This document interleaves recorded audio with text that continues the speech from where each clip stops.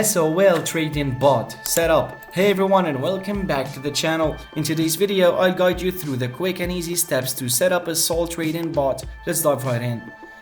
First, you'll need to select a Solana based trading bot platform. Popular platforms include 3commas, KuCoin and Pionex. Sign up on your preferred platform if you don't already have an account.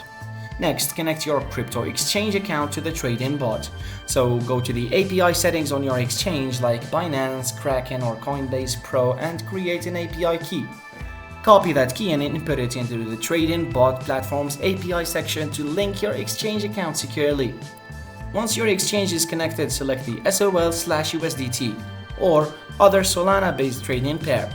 Configure your trading strategy including parameters like grid trading, dollar cost averaging, or a preset bot strategy provided by the platform itself.